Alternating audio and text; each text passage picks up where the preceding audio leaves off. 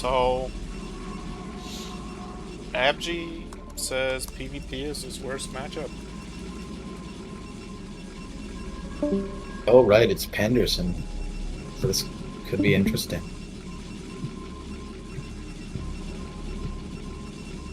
Yeah, I think it'd be cool if Anderson won.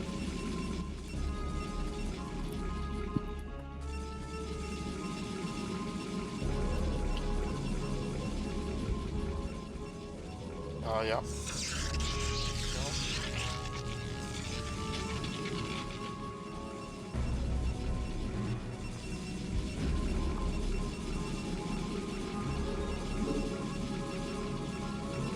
Alright, Firehex wants Anderson to lose. Because he wins too much, he says.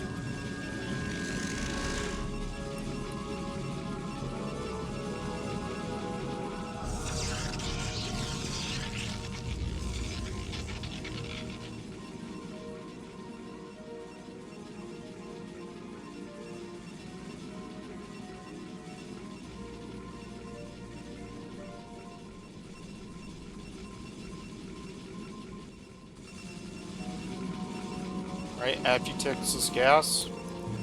Anderson's going for 2-gate.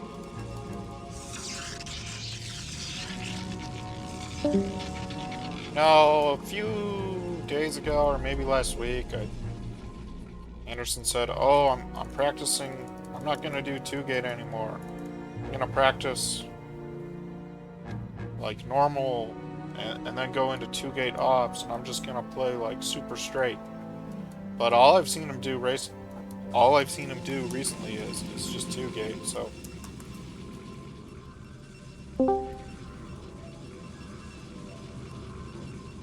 Anderson approaches matches differently. Like it's no holds barred for matches.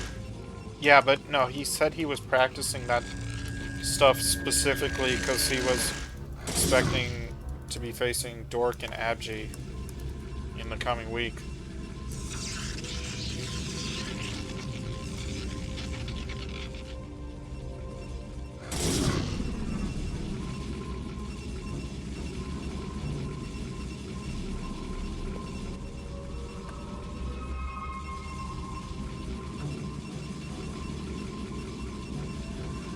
I'm rooting for Anderson because I put him in PvP a lot in school, and he's been practicing the matchup.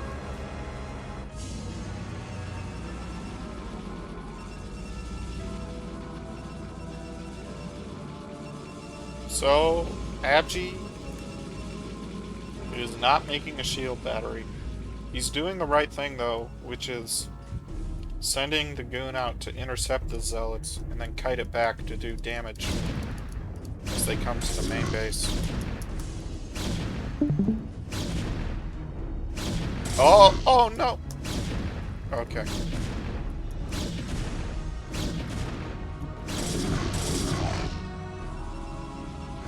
This looks good for Anderson. Well, maybe not. It seems like Anderson was too focused on trying to kill A units rather than probes. Wait, he's got more zealots though. This is good. Oh, okay, this is semi-all-in. Personally, I like to go 2-gate when I see 2-gate zealot from my opponent, because when you go 2 gates, you can generally better hold this sort of like semi-all-in behavior. 2 of the zealots are close to dead, so it might be 2 zealots soon. If you would keep this Dragoon alive, never mind, wow. Okay, so, yeah, he got this Dragoon stuck on like the skeleton corpse over there. Unfortunate. If we just like send the probes on that zealot, it dies.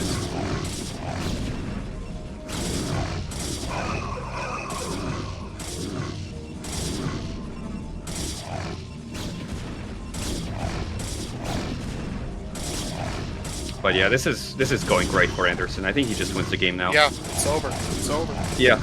Abgee got like a bit too overwhelmed with a micro and Abgee didn't. has 600 minerals. Yeah, he could have placed like a gate sooner, and then he could have even like went up to 3 gate. If we just like didn't. If we just didn't stay on like 1 gate production, we could have just held this, probably. Oh, and now it's impossible to come back because it's goons. The goons have arrived. Yeah.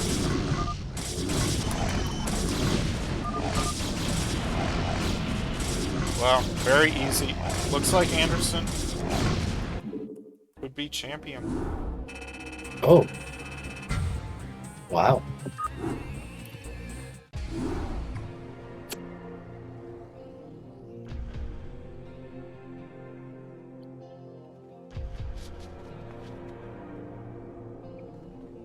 You know, I think Abgee saw Anderson make gas, so maybe Abgee was expecting only 3 zealots. Yeah. So Abgee, there is a 100% chance that Abgee will go 2 gate next game. That's my prediction.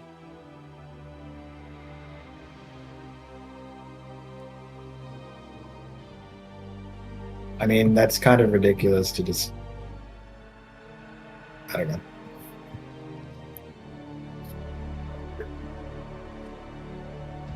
Like... So what's the issue? He's going 1 gate versus 2 gate, and that's something you should be able to hold with good micro? Is that the idea? Yeah, I think so. I mean, like if you play perfectly, yeah, you can. This is like if you play perfectly, you can just hold it with 1 gate production, just 1 gate constant Dragoon production. You just like keep kiting and taking good trades, but it's hard and really, you should just either go up to your own 2 gates quick or make a shield battery. The build response I generally do is to go for shield battery after my first goon is started, and then go for a second gate at 330, and then I make range after the second gate. So I delay range to get a faster gate.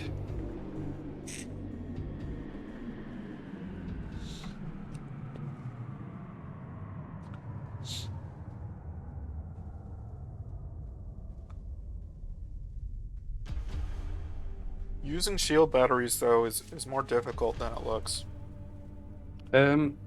So it depends. If the 2 gate player can send one of their zealots out early, and then the zealot will arrive before the shield battery is done, and then like at that point there's no point in holding the ramp because one of the zealots is already inside the main, and then the shield battery becomes kind of useless.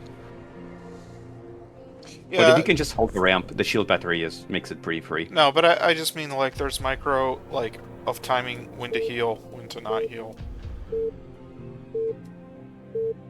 Because you can't move and you can't attack while you're being healed. Yeah, but if you just make it close to the ramp, you don't need to move.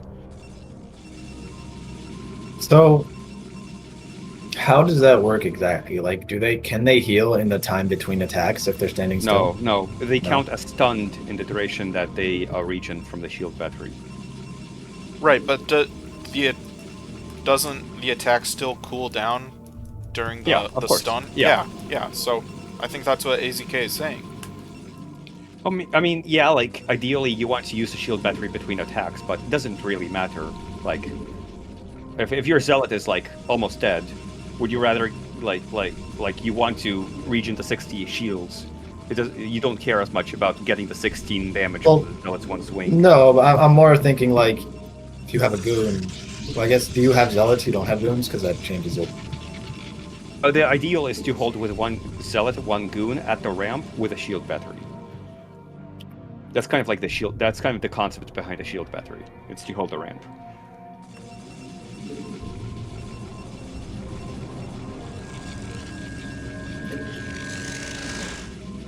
Oh my god, I made a round of queens. I'm so upset.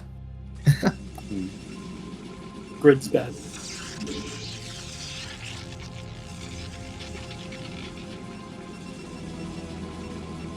I used to always accidentally make Scourge when I the times when I played Zerg.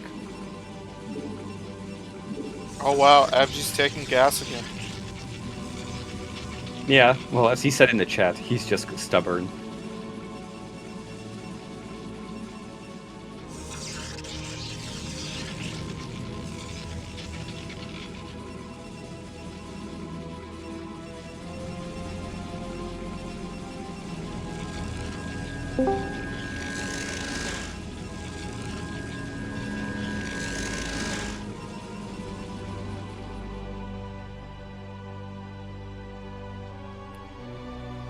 Is this Abgee's first scout?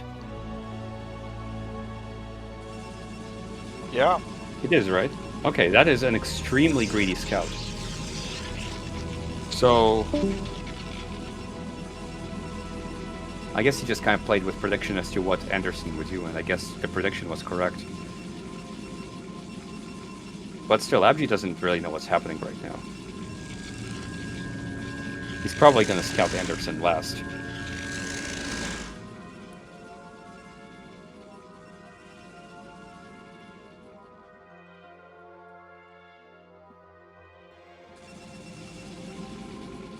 Oh, Anderson changed his profile pic again.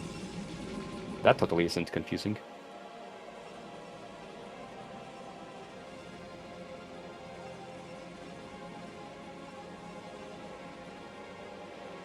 Oh, Abgee is end scouting. Yeah. I didn't Makes know. sense. I didn't know people did that in PvP. They generally don't, but in this position, maybe the idea is that you're most worried about the close pawn zealot rush, so that's what you scout for.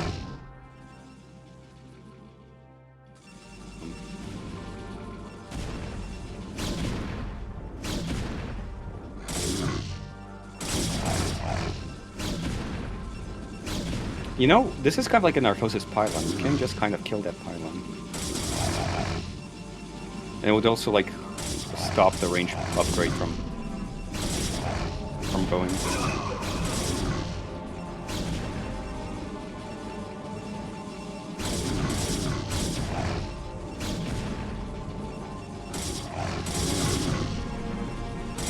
Put a second probe down. Why can't I move the 3 map? probes. There we go. 4 probes.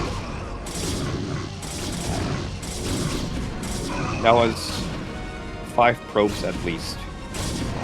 That is massive damage. So Anderson should be massively ahead at this point of the game.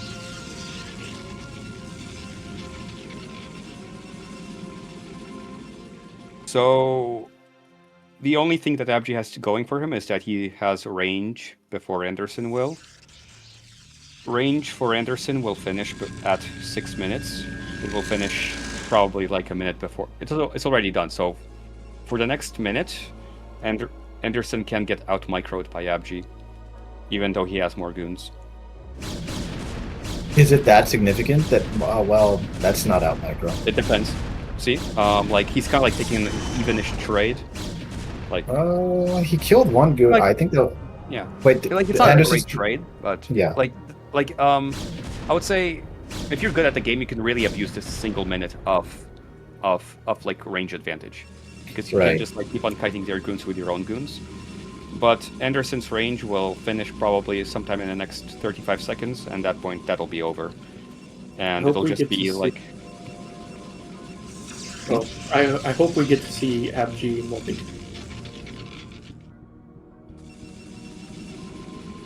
three-gate. So Yeah, this is hard okay game for for Abgee then, right? Like, why? because Abgee No. is going Reaver. I mean, Anderson should still have a probe advantage, as long as he keeps up probe production.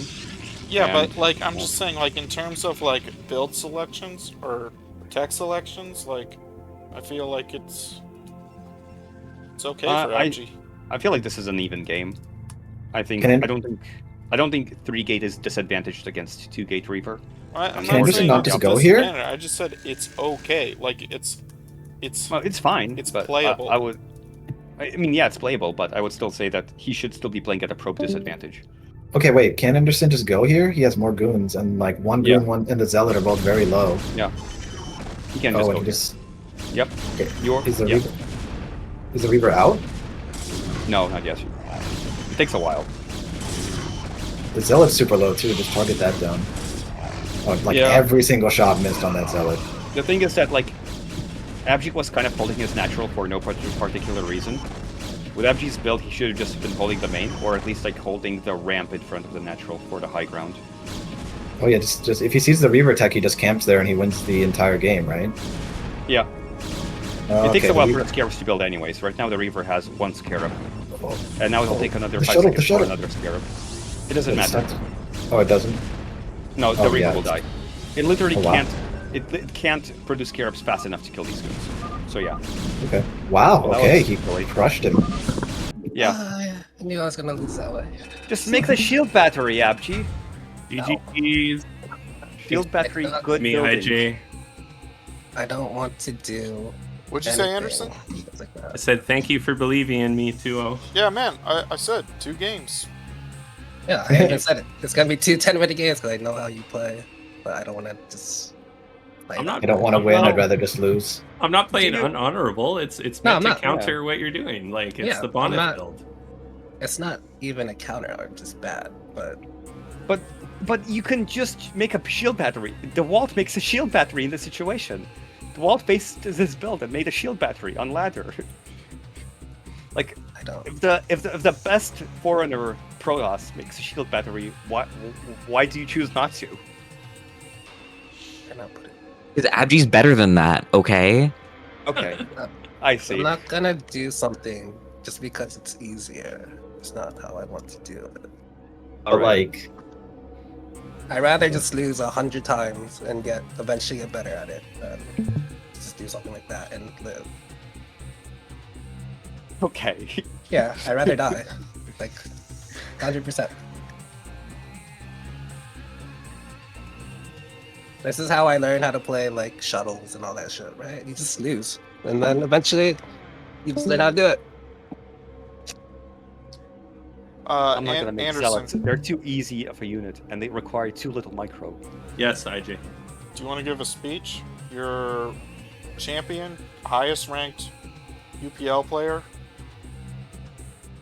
I would like to give just a small speech. Thank you to each and every one of you for being wonderful practice partners, wonderful people, and enjoying this great game of StarCraft with me. Maybe one day you'll acknowledge that I can play a little bit. Who were your practice partners? It was Rice Hat, right? Rice Hat was your main Yeah. PvP practice partner. Yeah. Abgee, I'm how do pretty you? sure How do Rice you? Hat did better because Rice Hat probably 2-gated back. But I just don't want to play that way. It's not how I want to play.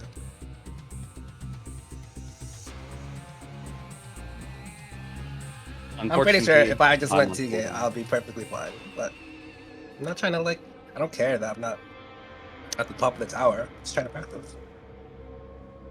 Yeah, Yeah, I agree with what Abgee's saying actually, and that's why I was cheering for Strom earlier tonight when she didn't just. like, yeah, Strong's bunch no, of no sunkens. sunk things, right? Yeah. It's like the same shit. I just don't want to do that. So what you're saying is I'm stupid and lucky? Shit, I can't get away No. from it.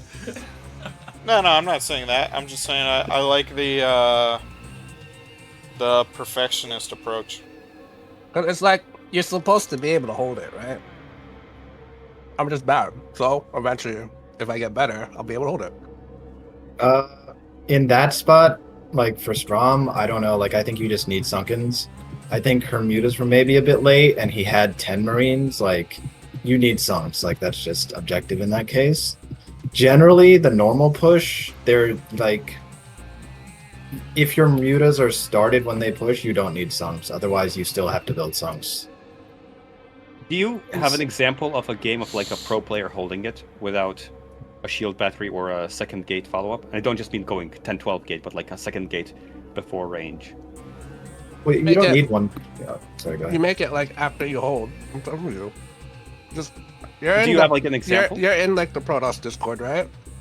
Yeah. It's like the best ones. Where Yeah, it the depends, Rise the of Fire 10-12. guide? Yeah. No, that guide is bullshit. The guide is bullshit because the 10-12 player was cross-spawn from him. Like, I watched that guide. The other one is not cross-spawn, right? Or there's like different ones. The one where Snow does it too. They just don't use it. I wouldn't be so stubborn if I know it's not doable. It's totally doable. Well, I'm not disputing it's doable, but Yeah, so I'll just practice until I can do it. Like, oh, Anderson beat me. Big whoop. Yeah, okay.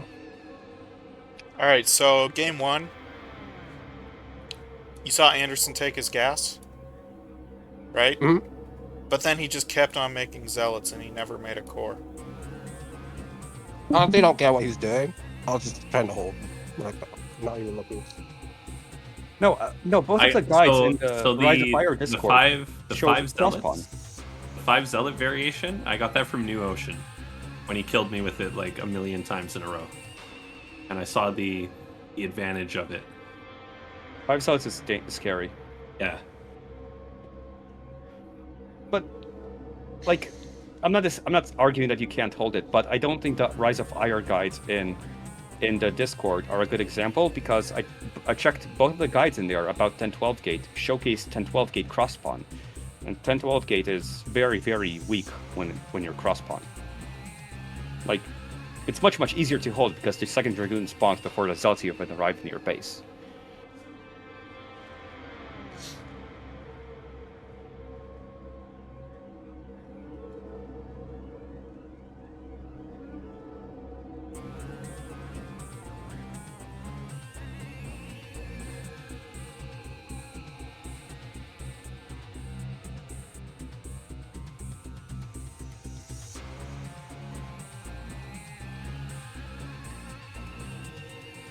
well, GG's. That was exciting. Thank you for playing with me. So, I can't challenge Anderson